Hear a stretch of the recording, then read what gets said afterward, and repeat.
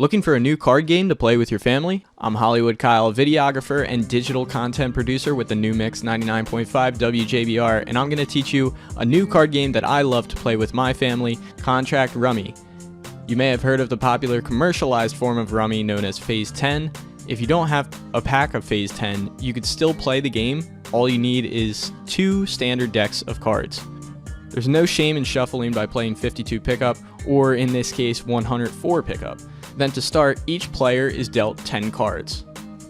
Each turn, begin by drawing 1 from either the stockpile or the discard pile, and end your turn by discarding 1.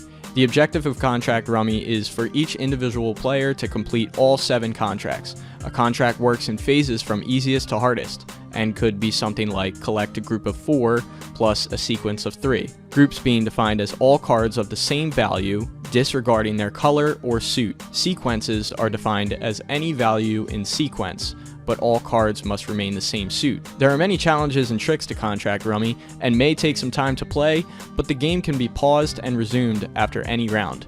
Just keep track of what contract each player is working on. Players can only openly play a contract once they have the full contract in their hand.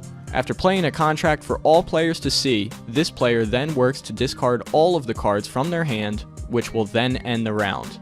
This is known as laying off cards. And this is where it actually gets really tricky. Laying off cards means adding to your own contract. So for instance, adding another king to my group of kings, or a number in my sequence. I can also lay off cards based on other players' contracts. So I can also add my 8 to the group of 8s played by my opponent. Once one player has no more cards left, the round is over. Players with cards take penalty points based on the number of cards they have left and their values. This is important because in the end, the winner is the player with the least amount of penalty points. If you have not completed the contract, you stay on that contract for each following round until you complete that contract. Otherwise, if you have completed the contract, advance to the next